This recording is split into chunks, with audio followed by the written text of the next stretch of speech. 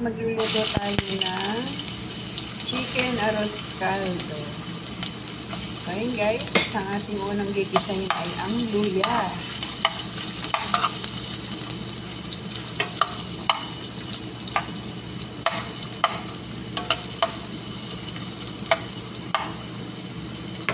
Ayan lang muna natin siyang brown ng kaunti guys para lumasa sa ating chicken arroz caldo. Ito ang aming lunch guys.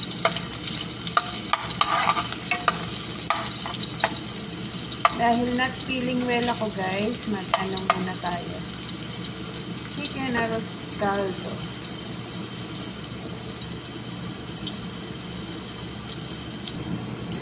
Next natin ang ating onion.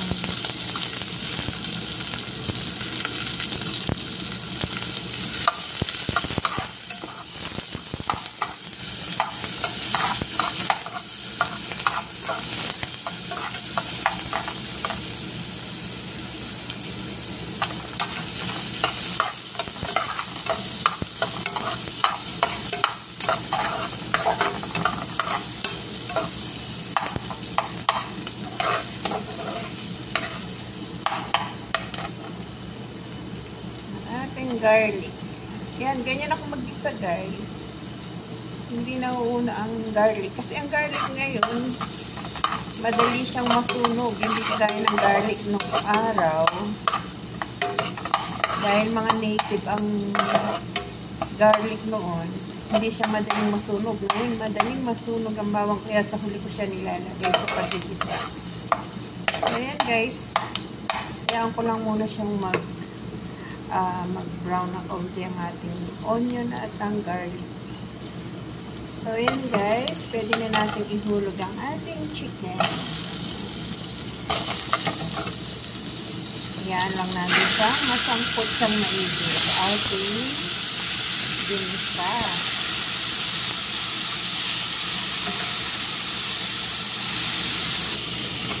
Yan guys. Yan lang natin siya masangkot sa ating sibuyas, luya, at bawang. Lagyan natin siyang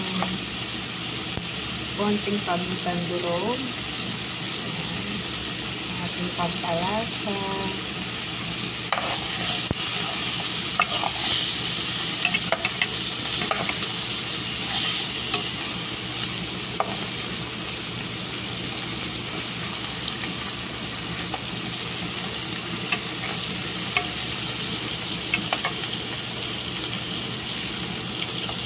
Dahil wala tayong anato powder dito sa Saudi, lalagyan ko siya ng turmeric powder para mas yellow ang ating arroz caldo. Lagyan natin muna ng konting asin. Dahil lalagyan ko siya ng mamaya ng chicken cubes. Kaya konting asin lang muna, baka umalat. Yun guys. Hayaan lang muna natin siyang masangkot siyang maigi.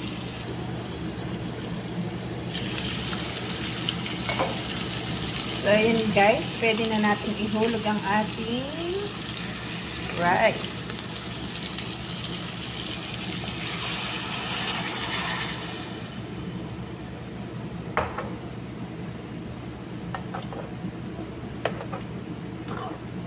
Yan, sabay na yan silang maluluto dyan. Ang chicken at ang ating rice.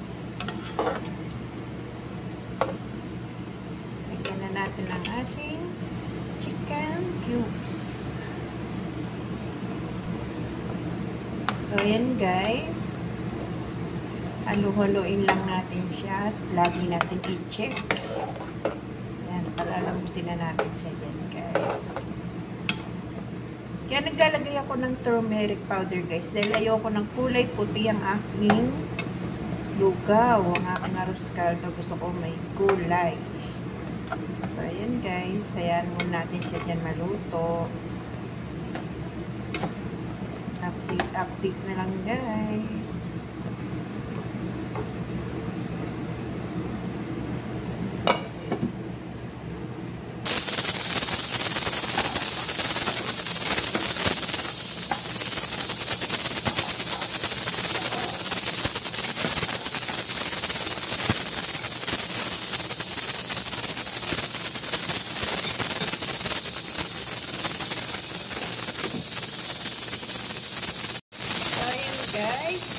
natin siya kung medyo okay na ba, kung malambot na yung rice.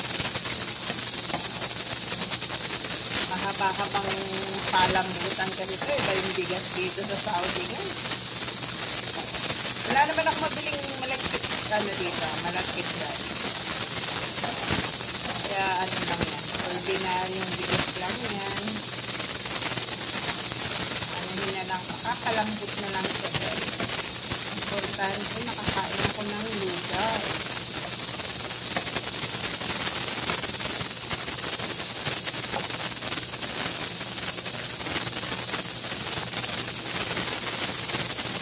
Oo nga pala guys, ako nga pala pag ako'y nagluto ng avocado, nilalagyan ko siya ng patatas. Gusto ko guys, may patatas ang avocado. Dahil ihulog ko na siya guys para sabay-sabay na silang lumaki. Ayan guys, my own version. Try nyo guys, masarap siya pag may patatas.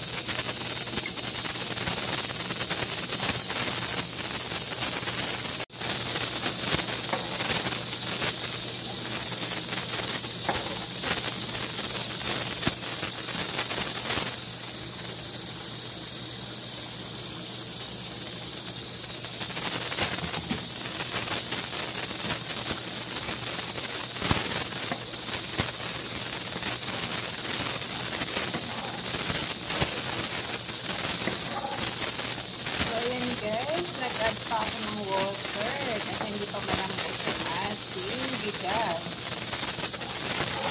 Ang nauna pang lumambot yung aking chicken.